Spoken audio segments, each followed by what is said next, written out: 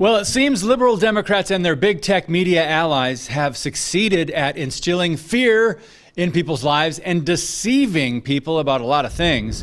The price of panic is at an all-time high. So is the cost of living, and these increases that we've seen since Joe Biden took over the presidency. But you'll rarely hear this. You'll rarely hear the media pointing to this.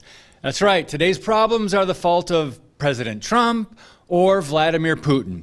I wish I were joking. I'm David Fiorazzo, and this is Christ and Culture.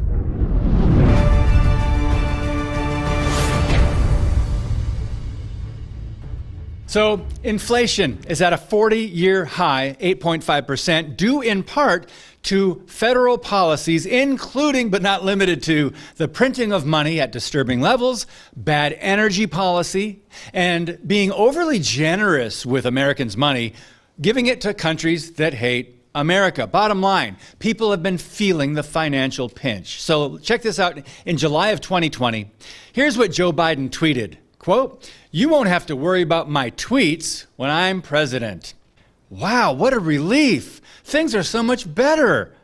Pardon the sarcasm, and look at America's economy today. It's corrupt government, censorship, medical tyranny, our schools, the gender surrender and delusion, the media, and our military. That's just for starters. But you've seen all the help wanted signs or now hiring signs everywhere. You've seen the skyrocketing gas prices and home energy costs. Taxes are increasing. Even according to the progressive AP, inflation has soared in the last 12 months, resulting in the biggest spike since 1981. Now, some try and argue, as the Biden administration and Democrats in the media insist, this is all the result of Vladimir Putin and his attack on Ukraine. White House Press Secretary Jen Psaki calls the current economic crisis Putin's price hikes. Let's analyze some numbers. Take a look at this graph on the Consumer Price Index and pay attention. Do you see that dotted vertical line between 2020 and 2021? Well, shortly after that marker, in early 2021, the upward spike began. Why is this significant? Well, that was just after former VP Joe Biden was inaugurated and his party was granted power of the White House. So what were some of the first things he did and his corrupt colleagues? Well, they shut down the Keystone Pipeline and had the Federal Reserve print more money so Biden could hand out record numbers of COVID stimulus checks. How did that work out? By the way, even if the left wants to spin unemployment numbers to appear low, remember a few things.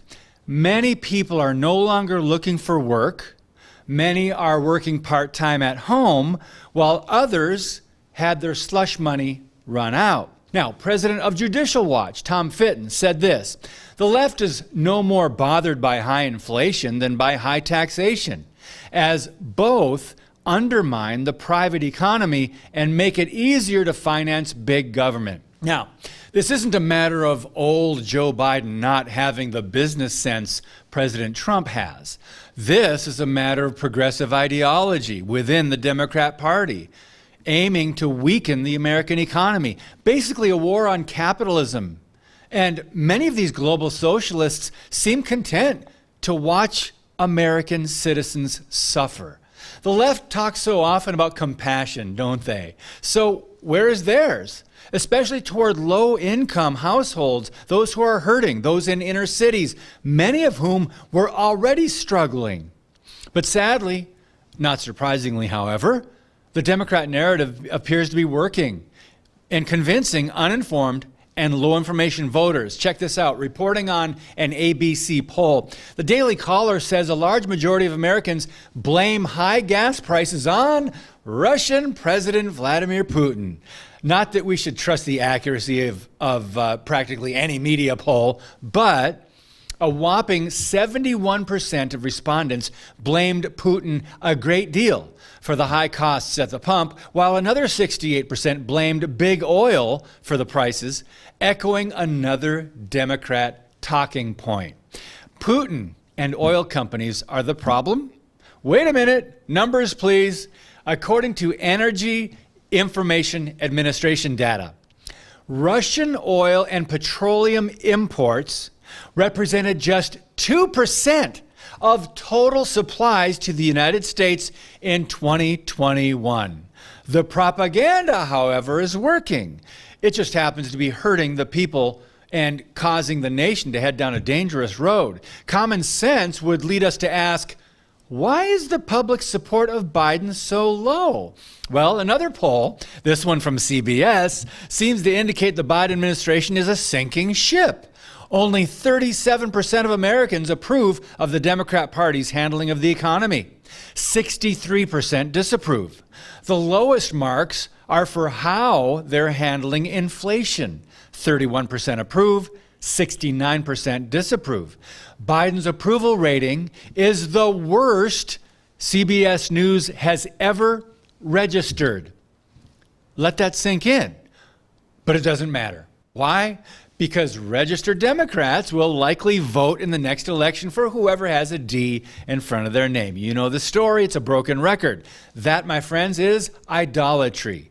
And I'm not suggesting it doesn't happen to Republicans as well at times, but if you strive to live according to the biblical worldview, and that's key, there is a stark, glaring contrast in morality between the two main political party platforms.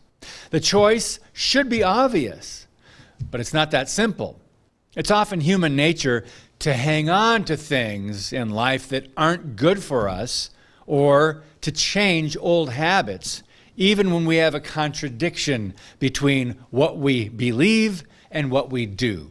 Things will likely grow worse before improving, if they ever really do. But as believers in a bright future because of a sovereign God, we know He is our ultimate hope and provider, not the government. And He promises to meet all of our needs.